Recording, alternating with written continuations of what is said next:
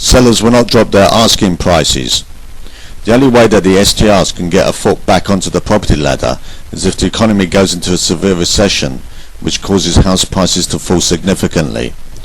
The STRs will hope that during the slump there will be people who will not manage to keep up their mortgage payments and will be forced to sell their property or hand back the keys to the house to the mortgage lender. However, any fall in house prices will just be a paper fall and will only be a real fall if the homeowner sells at a low price. As long as the homeowner hangs in for the long term, then eventually property prices always go back up. The STRs will try to take advantage of a recession by exploiting the misery of homeowners who are forced to sell in a depressed market.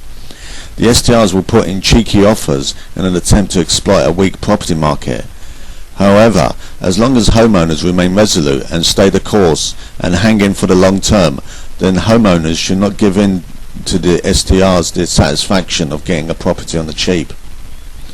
If the STRs put in a derisory or cheeky offer for a property, then the vendor should tell the STR that they can wait for the right buyer to come along, and the vendor can say that house prices always rise in the long term.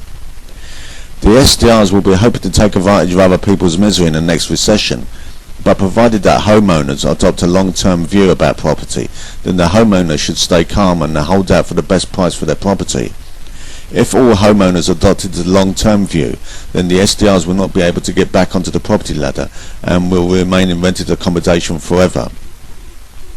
It is now a battle and test of wills between homeowners and the STRs as to who wins, and they are now locked in a deadly embrace. It is a deadly contest where the stakes are high, in which there can only be one winner, the homeowner or the STR. It is better for all of us that the homeowners win by keeping house prices high, because if the homeowners win, then they would only have won a Pyrrhic victory because of the paper profit increases in the value of their homes, which is not real. Whereas if the homeowners lose and the STRs are able to buy property cheaply, then the STRs would have won twice. Once in selling the house and once in buying a house from some poor distressed homeowner who was forced to sell for a cheap price.